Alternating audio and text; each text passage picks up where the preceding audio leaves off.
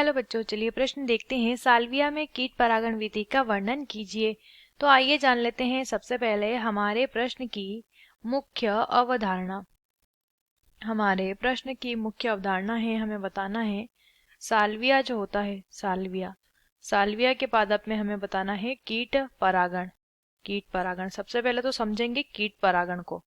तो देखिए कीट परागण क्या होता है। कीट परागण जो होता है, इसमें जो परागण की प्रक्रिया होती है,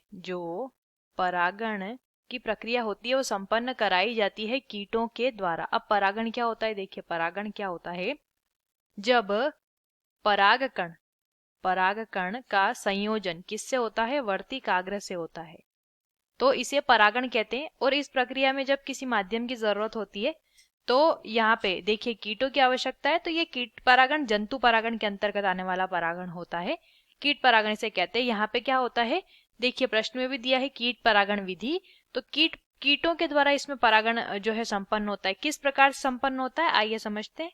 तो ये जो चित्र दिख रहा है आपको, ये चित्र है साल्विया का, या साल्विया के पुष्प का। कहाँ होती है परागण की क्रिया, पुष्प में। तो साल्विया के पुष्प का चित्र हमने यहाँ पे लिया है।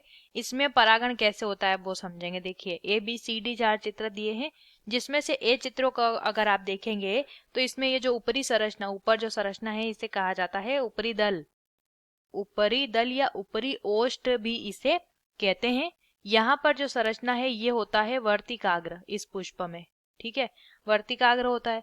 फिर यहाँ पर अंदर की तरफ क्या पाया जाता है, पराग कोश पाया जाता है, जिसमें पराग कण भरे होते हैं, ठीक है। और ये जो नीचे संरचना है, इसे निचला दल या इसे निचला ओष्ठ भी कहते हैं। अब यहाँ पे कैसे होती है ये प्रक्रिया, देखिए यहाँ पे ये प्रक्रिया कैसे संपन्न होती है वो हम यहाँ पे समझेंगे।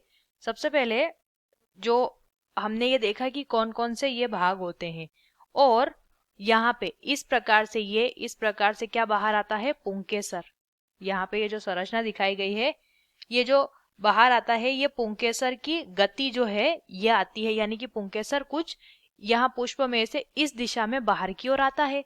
जब पुंकेसर बाहर आता है तो वर्तिका हमारा कहाँ है, वर्तिकाग्र ऊपर की ओर है, वर्तिकाग्र। तो ये जो है दोस्तों जो है विपरीत दिशा में, यानी पुंकेसर नीचे है, वर्तिकाग्र ऊपर है, तो पुंकेसर जो है वर्तिकाग्र पर गिर नहीं पाता है या उससे जो है संलयन नहीं कर पाता है। तो यहाँ पे सामान्यतः ये जो परागण संपन्न होता है, ये मधुमक्खी है, यहाँ पर आप देख सकते हैं कौन से कीट द्वारा संपन्न हो रहा है, कीट परागण हो रहा है मधुमक्खी के द्वारा।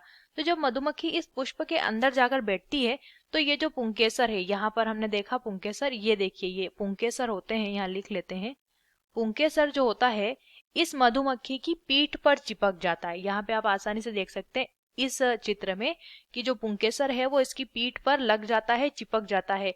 और ये मक्खी जब यहाँ पर बैठती है तो ये वर्तिकाग्र यहाँ इसकी पीठ पर क्या चिपक जाता है, चिपकता है पुंकेसर।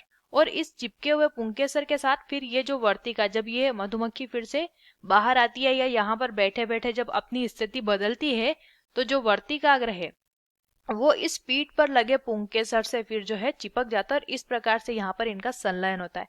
मक्खी या कीट की सहायता से इसकी पीठ पर लगा पुंकेसर हमारा वर्तिकाग्र से जो है मिल जाता है, और इस तरीके से इस पुष्प में क्या हो जाता है, परागण संपन्न होता है। आशा करते हैं आपको इस प्रश्न का उत्तर समझ आया होगा। धन्यवाद।